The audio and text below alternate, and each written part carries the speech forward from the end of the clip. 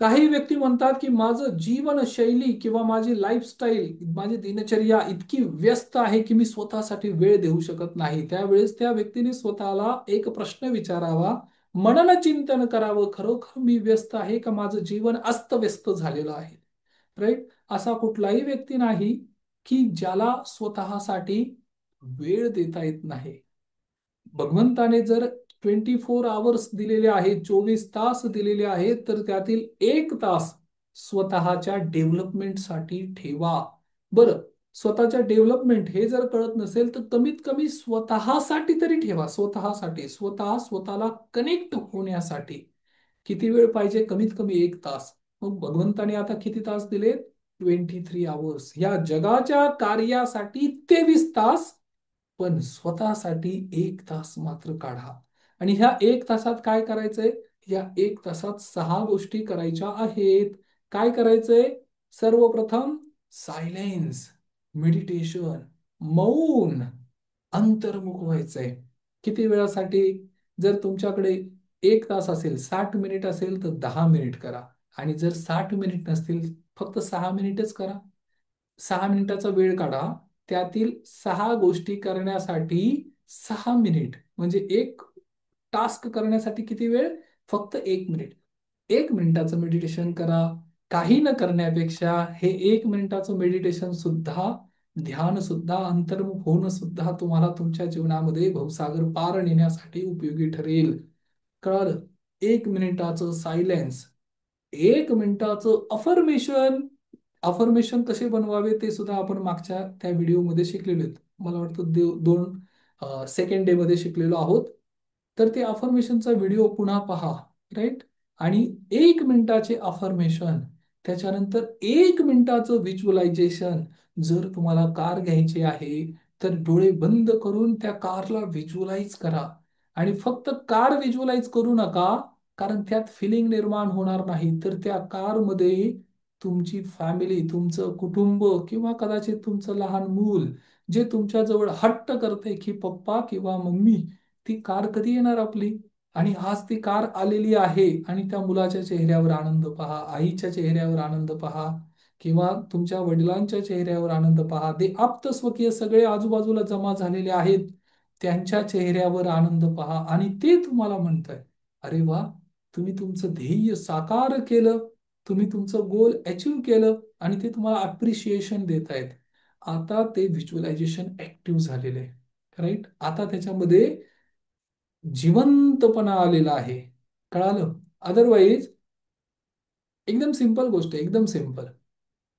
जर तुम्ही एखाद्या व्यक्तीच्या लग्नाचा अल्बम पाहतात आणि तुम्ही त्या लग्नाला गेला होतात, राईट, तुम्ही त्या लग्नात उपस्थित होतात आणि लग्नाचा अल्बम पाहताय, तर कुठेतरी अंतर्मनात तुम्ही काय शोधता माहिती आहे? आणि तुमचा सुद्धा फोटो काढला होता. तुम्ही त्या अल्बम मध्ये काय शोधता माहिती आहे? तुम्ही स्वतःला शोधताय. ठीक आहे, वधू आणि वर होते, तुम्ही त्यांच्या बाजूला उभा होतात, बाकी सगळा थाटमाट सगळं काही चांगलं होतं. परंतु तुमचं सबकॉन्शियस माइंड फिरून फिरून एका ठिकाणी जाईल. कुठे? की मी कुठे आहे, माझी पोझिशन कशी आहे, किंवा मी पोज कशी दिलेली आहे, मी छान दिसतोय ना, माझे कपडे चांगले होते ना, माझ्या चेहऱ्यावरचे भाव कसे होते, हे तुम्ही तिथे शोधत असता.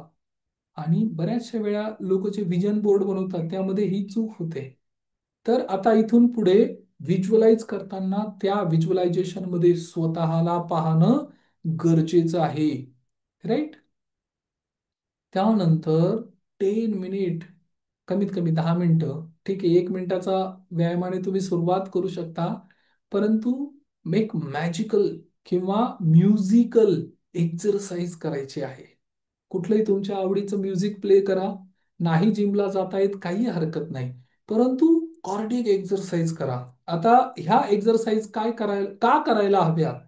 एक निरोगी शरीर म्हणजे काय, हेल्थ मास्टर मध्ये मी ते डिस्कस करणार आहे, की ज्यामध्ये आरोग्य आणि आरोग्याची डेफिनेशन काय आहे, खरोखर आरोग्य काय आहे हे सुद्धा तुम्हाला पाहायला मिळेल. आणि बरेचशा मीथ, ज्या भ्रम आहेत ना, ते सगळे दूर होतील. की खरोखर ऊर्जा शक्ती कशाने प्राप्त होते हे सुद्धा तुम्हाला रिअलाइज होईल. म्हणून एक्झरसाइज एक्झरसाइज करणं फार गरजेचं आहे.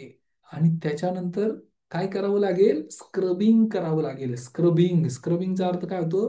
रायटिंग, लेखन करावं लागेल. दररोज 5 ओळी का असेना आपण लिहा, आजच्या दिवसामध्ये मी काय केलं, काय अचीव करायचं होतं, काय करायचं होतं.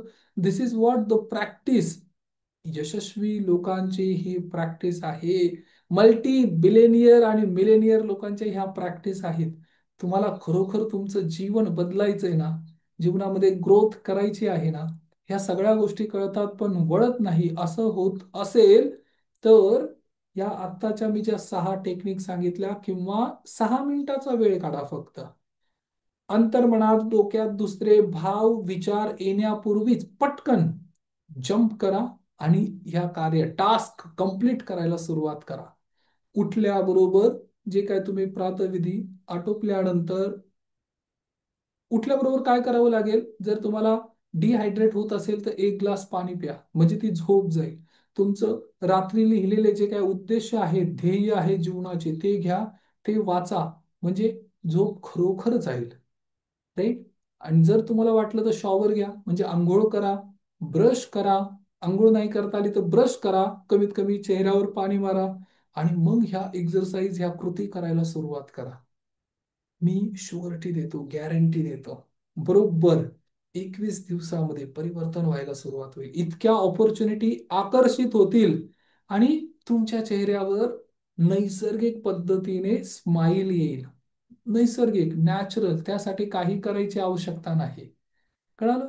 आता ह्या सगळ्या गोष्टी मी का करत आहे पुन्हा पुन्हा? हे मला स्वतःला सुद्धा रिमाइंडर आहे. राईट. Very good.